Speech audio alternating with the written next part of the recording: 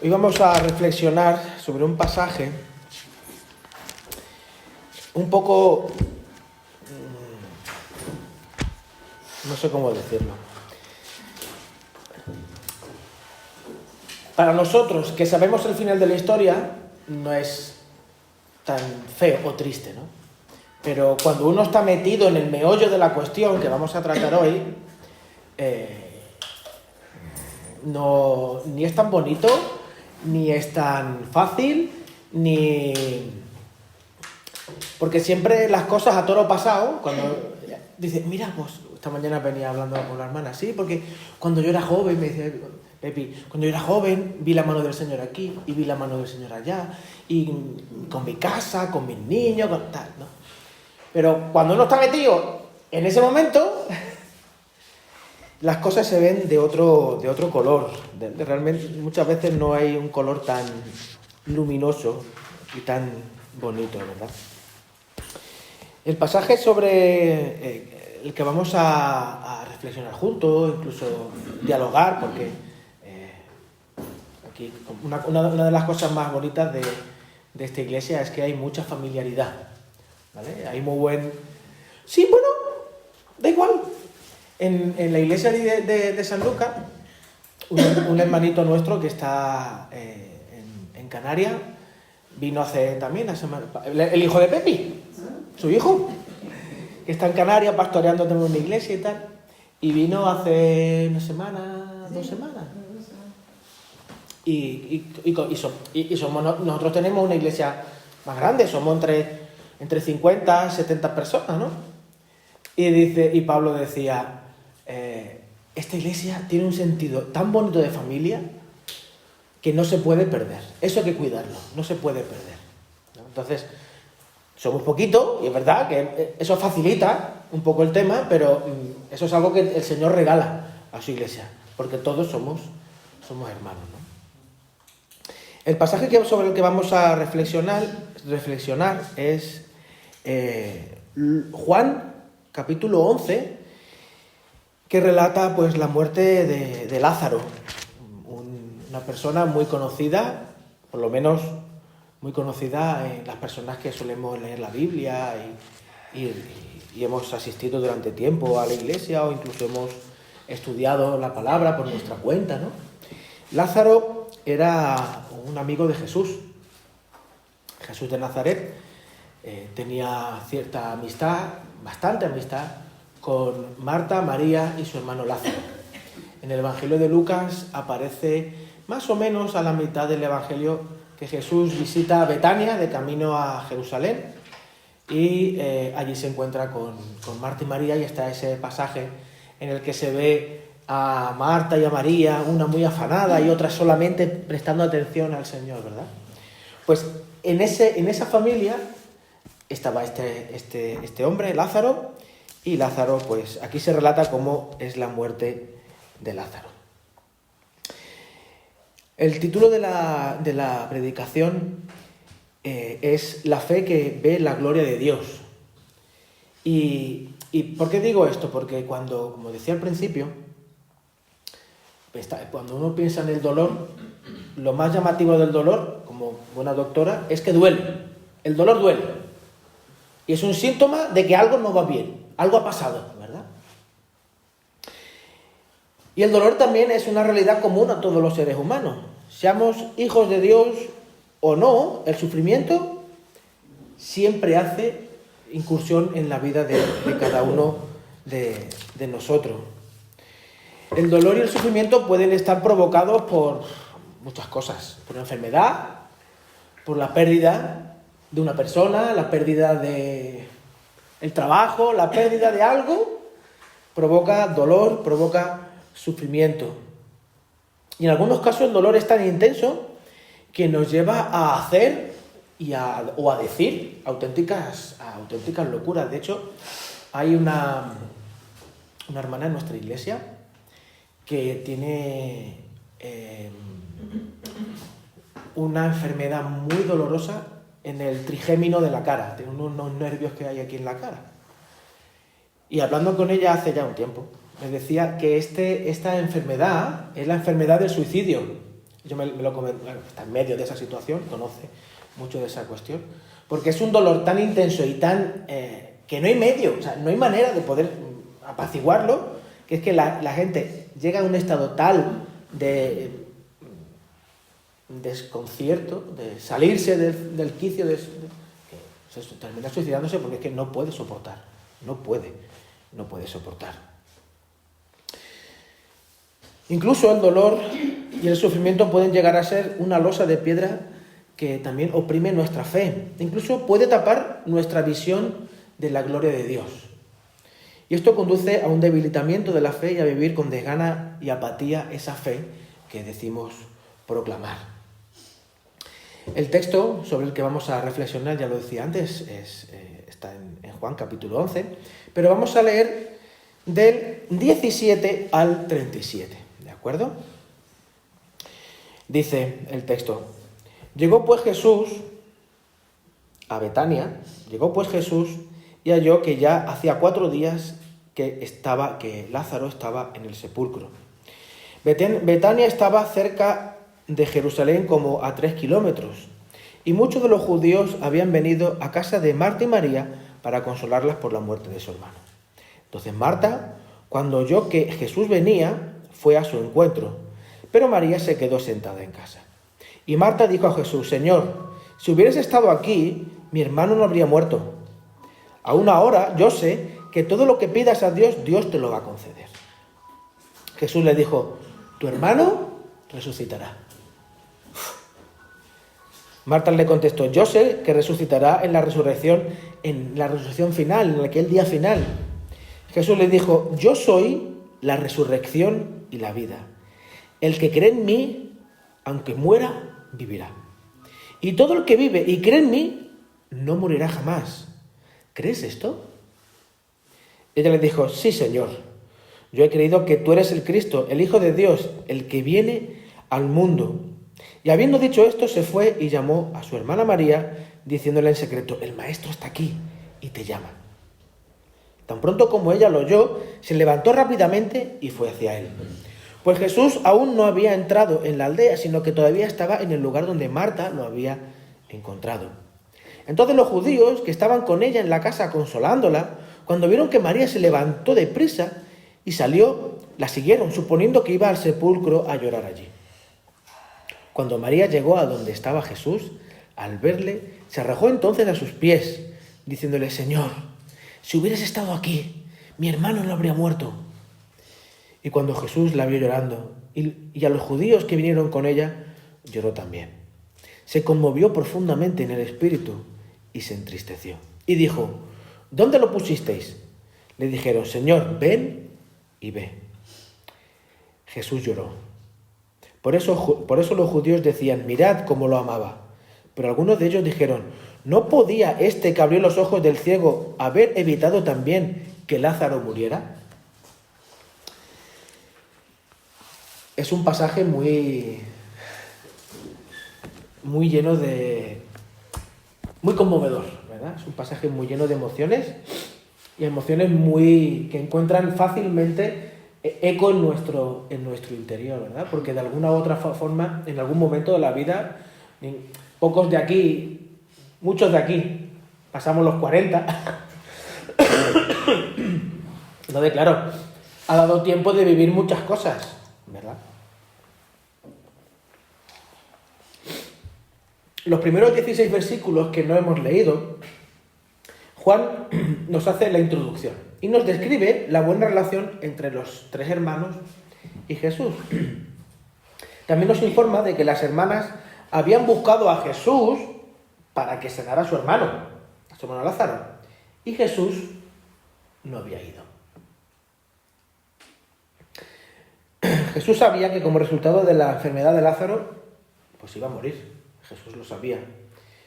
Pero también sabía que la muerte de Lázaro no iba a ser el final. Pero eso ni Marta ni María lo sabían, ¿verdad? Esta afirmación de: Señor, si hubiera estado aquí, mi hermano no hubiera muerto, lo repiten las 2 hermanas y reflejan de una manera muy transparente, muy diáfana, muy sencilla, muy humana, el reproche que surge de un corazón inundado por el dolor que produce la pérdida. Sin embargo, si lo pensamos bien, a pesar de esa frase tan dura, en el fondo hay fe. Porque saben que Jesús podía haberlo cambiado todo. Saben que Dios, en la persona de Jesús, podía haber transformado esa realidad tan aparentemente sencilla, que es una enfermedad. Podría haber evitado esta situación. Pero tenían fe en la capacidad sanadora de Jesús. Pero una fe inundada por el dolor, la frustración y también la falta de información lleva a decir estas cosas. Se podría decir que es normal, ¿verdad? Ante una situación como esta, es normal sentirse así, decir estas cosas, ¿verdad? Y Jesús no dice, no condena a estas dos personas, a sus dos amigas, no las condena por eso. No le dice nada en contra. Tampoco pretende dar una explicación, tampoco les da una explicación al dolor, una explicación filosófica o moral al dolor, ¿no? No. Al contrario, la respuesta de Jesús busca llevar esperanza a estas dos mujeres que están sufriendo. Tu hermano resucitará. Tu hermano resucitará. Las cosas en tu vida serán diferentes, van a cambiar. Este sufrimiento que tienes se va a acabar. Jesús sabe lo que es sufrir. Jesús sabe lo que es el dolor. Jesús sabe lo que es la pérdida. Y la pérdida muchas veces básicamente se afrontan desde dos perspectivas, ¿no? Desde dos enfoques. Pues desde el dolor y la muerte enfocándote en que no hay salida, o desde la esperanza y la vida. Marta fue la primera en ver a Jesús. Y al enterarse que Jesús venía, salió en busca de él y a encontrarse con él. Y le expresa esa declaración de fe llena de pena, de amargura, de no saber, de desconcierto, ostras, Señor, si tú hubieras estado aquí. Y es curioso observar que mediante la conversación avanza. Con Marta solo se puede ver el futuro. Marta solo ve el futuro lejano. Sí, claro, mi hermano resucitará, yo volveré a encontrarme con él. Claro, en la resurrección de los muertos, ¿no? Cuando ya todo esto de aquí se acabe, allí lo veré. Pero Jesús les dice que Él es la resurrección y la vida. El que cree en mí, aunque esté muerto, vivirá. Y todo aquel que vive y cree en mí, no morirá eternamente. En un principio podría parecer que ambas expresiones coinciden. Ambas explicaciones hablan de la vida eterna. Sin embargo, con la venida de Jesús, esa vida futura se hace presente. No es necesario llegar al final para comenzar a disfrutar de los manjares que aquella vida ofrece. El Señor demuestra a María y a Marta que cuando se tiene fe, la fe puesta en Jesús, la esperanza comienza hoy. No. Según la estadística, a mí me quedan como unos 40 años más de vida. Más o menos. Tengo 46, 47. Un poco menos. A los 70. 84, bueno. Entonces tengo que esperar a los 85, a los 84 años y medio para decir, oh, ya puedo disfrutar de lo que el Señor tiene para mí. Pues no, Jesús le está diciendo a Marta y María, y me dice a mí, que no tengo que esperar a mis 84 años. Yo espero que sean 86. Dios dirá. Amén. Y aunque Marta dijo a Jesús que creía en lo que él le había dicho, más adelante se ve que la fe de Marta y de María no es que fuese mala fe en un sentido, sino era una fe incompleta. No es que le faltase fe en el sentido de que te falta fe, sino que la fe crece en el proceso de caminar en fe. Sí, ¿cómo se aprende? Yo le digo muchas veces a mis niños, papá, yo esto no lo sé hacer. Y yo, ¿tú cuando empezaste a andar, tú sabías andar? No. Aprendiste a andar andando, ¿verdad?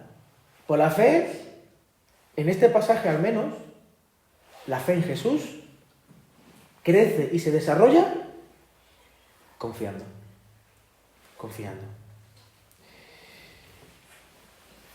Versículo 29.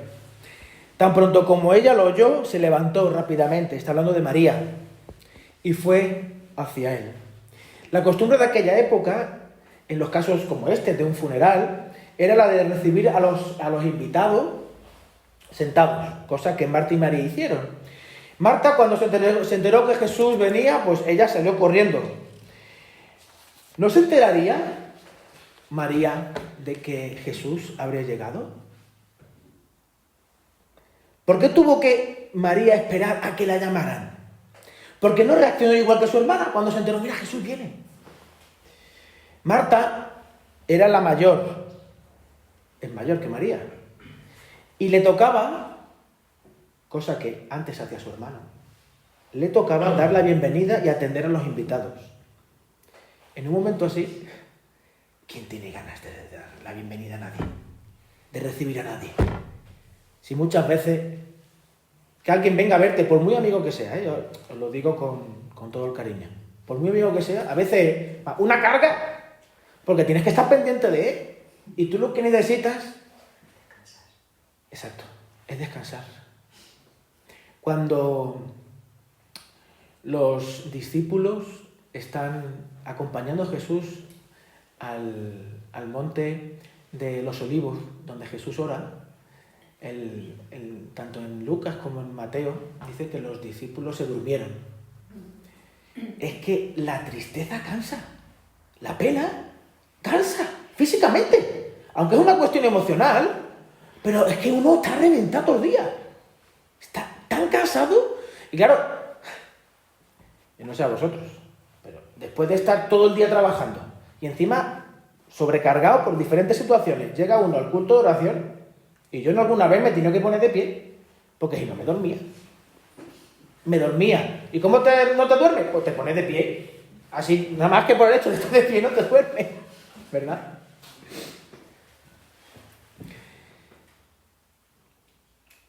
La esperanza de Marta y su confianza en lo que Jesús podía hacer estaba condicionada por el dolor y el sufrimiento que estaba viviendo. Por eso muchas veces lo que sale de dentro no es gratitud, no es esperanza. Incluso Job, si habéis alguna vez leído el libro de Job, Job dice cosas muy duras a Dios. Resumiendo mucho lo que Job le dice a Dios, Job, una persona justa, que hace bien las cosas, trata de amar a Dios, respeta a su familia, hace bien las cosas. Una persona, un buen cristiano podría ser, una buena persona. Y Job, más o menos por la mitad del libro, le dice a Dios, Señor, tú eres injusto. Tú eres injusto por mantener al justo, a mí, por mantenerme en sufrimiento, mientras la vida de los que son más malos que yo disfrutan de prosperidad y de familia, cosa que yo no tengo. Pero cuando Marta y María cuando Marta llama a su hermana, ella responde rápidamente. Esa reacción rápida que nos describe el versículo 29, ¿estaría motivada por el dolor y la rabia? Es posible. Pero lo que sí sabemos es que María le dijo a Jesús las mismas palabras que le dijo su hermana Marta. Palabras que solo muestran los rescoldos de una fe que ya no tienen esperanza. Fe que brota desde el dolor y de la muerte. El versículo 35 nos dice que Jesús llora. Además es el versículo más corto de la Biblia. Jesús lloró.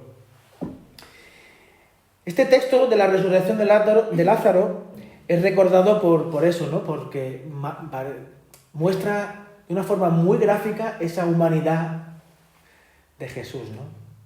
De que cuando Dios se encarnó en la persona de Jesús, no hizo trampa ni cartón.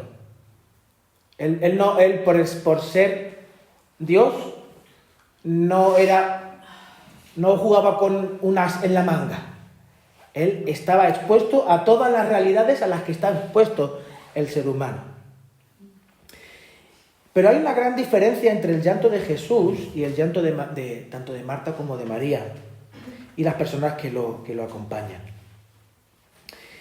Si dispusiéramos del texto en el lenguaje original, veríamos que la palabra que habla de llanto para Marta y María no es la misma palabra que habla del llanto de Jesús. Porque el llanto de Marta y María es un llanto desconsolado, un llanto de no hay esperanza. Bueno, sí, dentro de cuando tenga yo 84 años, pero más allá de eso, no hay esperanza. En cambio Jesús sí sabía que esto que estaba sucediendo no era... Entonces, llorar por algo que tiene solución no tiene mucho sentido, ¿no? Entonces, ¿por qué está llorando Jesús? ¿Empatía? Posiblemente.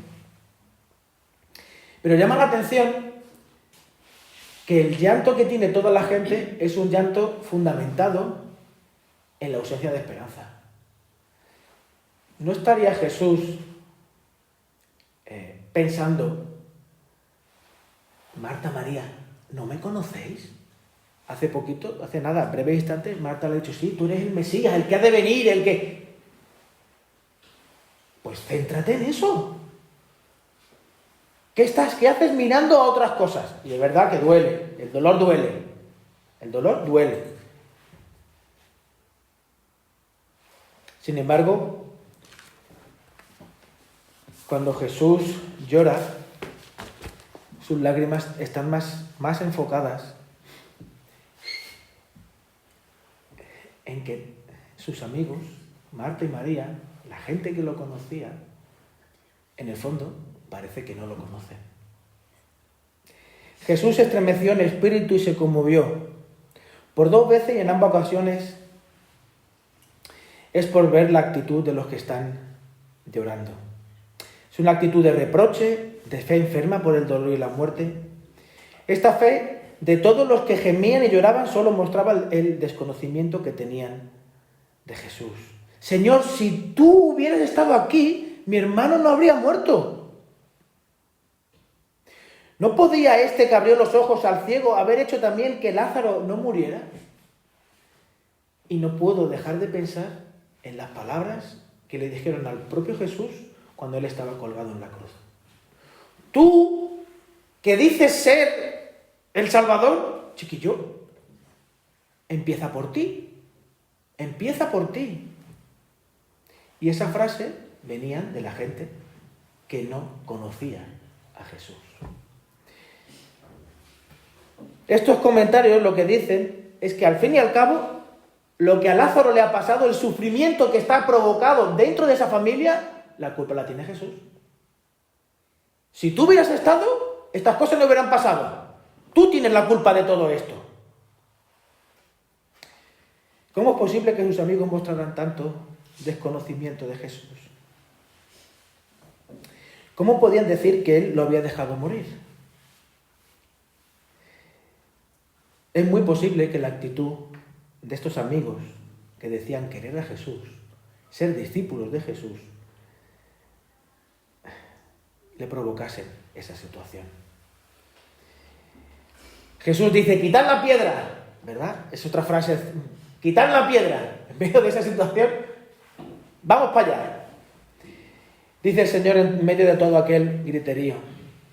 Yo me imagino a Marta diciendo entre sollozos, Señor, pero si ya hace 4 días que murió, ¿no te das cuenta que ya es demasiado tarde?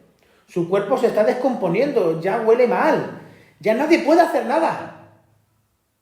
Ni siquiera tú. Es lo que hay detrás.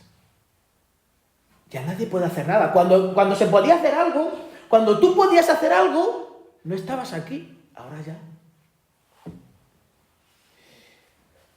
No sé si en alguna ocasión tú, o alguno de nosotros, has pensado lo mismo que Marta.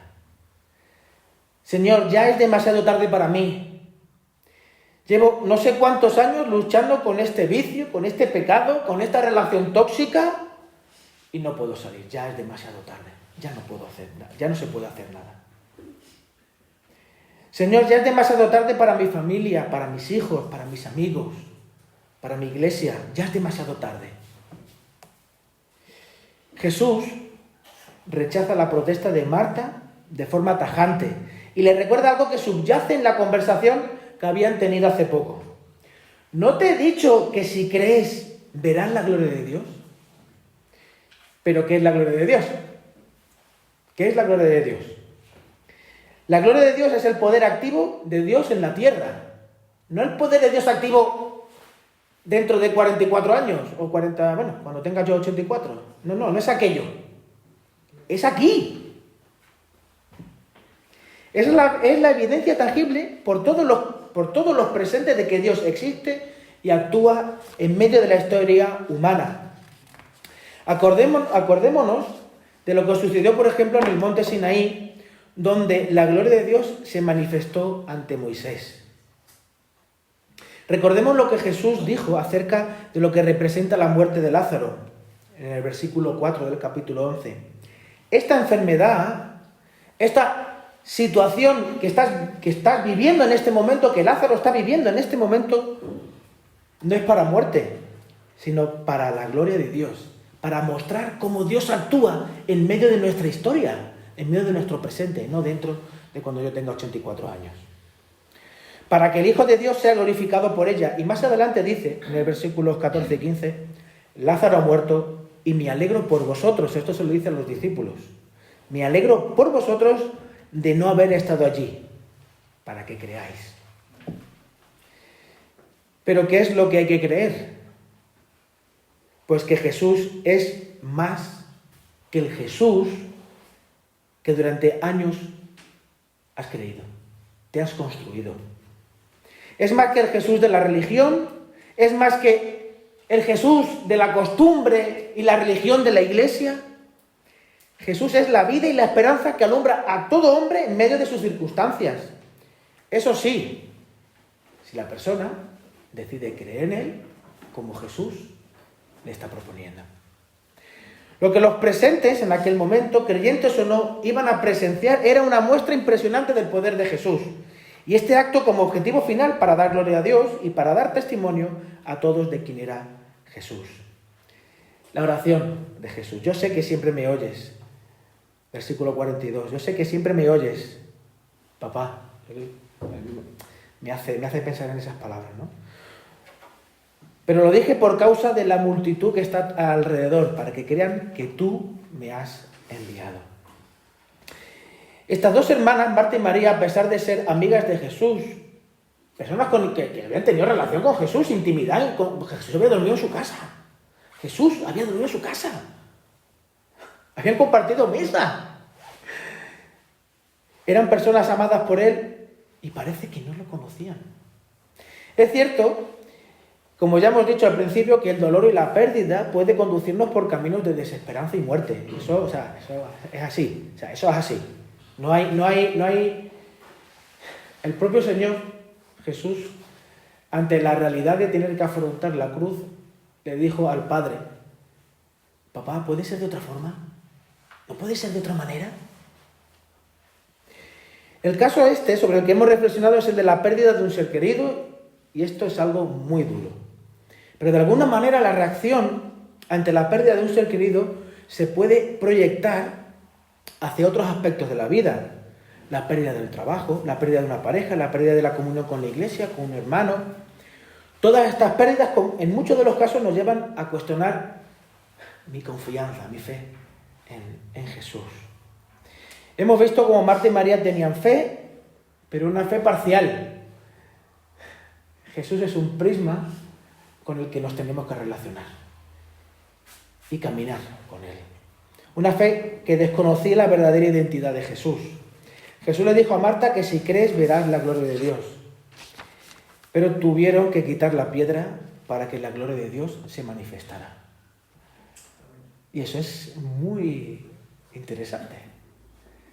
¿Tú confías en el Señor? ¿Confiamos en el Señor? Sí, yo confío. ¿Cómo se manifiesta? Quitar la piedra. Hemos cantado esta mañana que Jesús es nuestro Señor. Pero si el Señor nos dice, quita la piedra, y tú le dices, no Señor, en el fondo estás diciendo que Jesús no es el Señor. Básicamente, ¿verdad? A Jesús no le importó el mal olor que había detrás de esa piedra. Al Señor no le importó que lo que estaba en el interior de la cueva estuviera muerto y en descomposición. ¿Cuántas cosas hay en nuestro interior?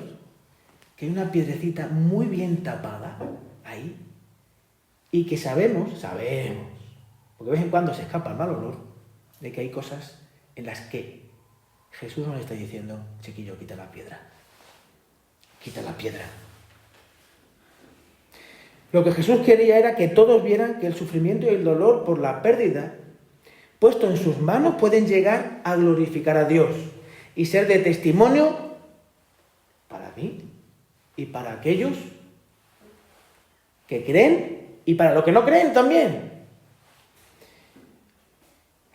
Hermanos, hoy el Señor nos está diciendo quitar la piedra. Quitar la piedra de la fe sin esperanza. Y creed. Quitar la piedra del dolor por la pérdida y dejad que yo resucite vuestras ilusiones y vuestra confianza. Y si no puedes quitar la piedra, porque hay piedras que lo que están tapando es una herida muy profunda. Pídeme ayuda y te daré fuerzas para que de tu interior fluya vida y deje de haber muerte. No estáis solos, no estamos solos. Dice el Señor, mi espíritu está con vosotros. La forma de creer que demanda el Señor es una fe que está constantemente creciendo, modificándose, transformándose. Y se modifica porque cada día nos vamos dejando sorprender por Él. ¿Cuándo fue la última vez que el Señor te sorprendió? A mí con el trabajo de mi mujer, por ejemplo. Yo ya pensaba que eso no iba a poder suceder. ¿Cuándo fue la última vez que dejaste que el Señor visitara tu cueva? Quisiera terminar con la oración de Jesús, de los versículos 41 al 43. Y os invitaría a que pongáis en las palabras del Señor vuestro nombre, vuestra situación, vuestra iglesia.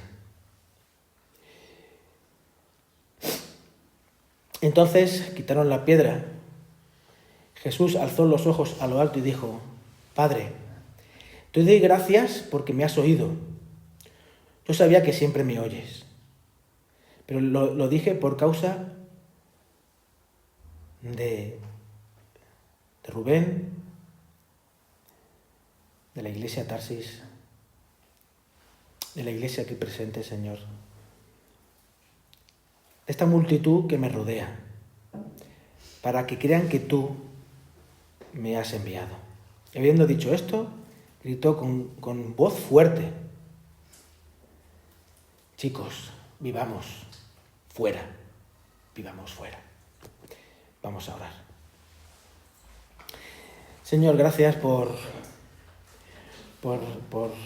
haber conservado este pasaje en este Evangelio, Señor, porque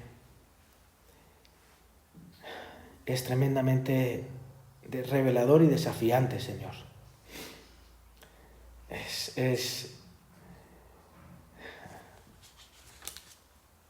increíble. O sea, Señor, yo me pongo en el pellejo de Marta, tranquilo que tu hermano resucitará, Madre del Amor. Señor, gracias, porque aun cuando no podemos creer o mover la piedra, Señor, tú estás ayudándonos. Gracias, Señor. Gracias. A ti no te importa el olor, el mal olor que hay en nuestro interior, las heridas que se están infectando en nuestro interior. A ti no te importa, Señor. Tú tienes el poder para transformar eso, Señor. Ayúdanos, Señor, a quitar la piedra. Ayúdanos, Señor, a tener una comunión cada vez más profunda contigo. En tu nombre, Señor. Amén. Amén.